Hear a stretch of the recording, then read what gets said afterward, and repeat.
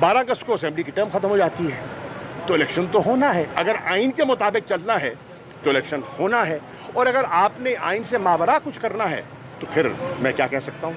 और खान साहब को माइनस करने की बातें हो रही हैं, उनको माइनस करके और जो इलेक्शन जो सिनेरियो बन रहा है, एक नई पार्टी भी वजूद में आ गई है तरीन साहब की। देखिए, नई पार्टी ये एक्सेप्टेबल कितने होंगे कौम के लिए इलेक्शन? देखिए, हर सियासी शख्सियत को अपने सियासी फैसले करने का हक है।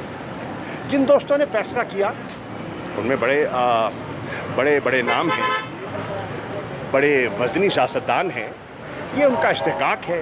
उन्होंने अपना इस्तेहकाक इस्तेमाल किया है और उन्होंने अपना एक जमात का ऐलान कर दिया। मैं उसके बारे में सिर्फ इतना कहना चाहूँगा, एक मरीज़ को हादसा हुआ और मरीज़ को इमरजेंसी में ले गए, मिसाल के तौर पे सर्विसेज हॉस्पिटल यहाँ करीब ही है, उसके ले गए इमरजेंसी में। डॉक्टर ने उसका मुआयना किया और मुआयने के बाद उसने कहा डेड ऑन अराइवल। तो मैं यही कहूँगा, this is a launch which is dead on arrival. आप सर अपनी पार्टी का आप क्या फ्यूचर देख रहे हैं? तहरीक इंसाफ का एक वफाकी जमात है,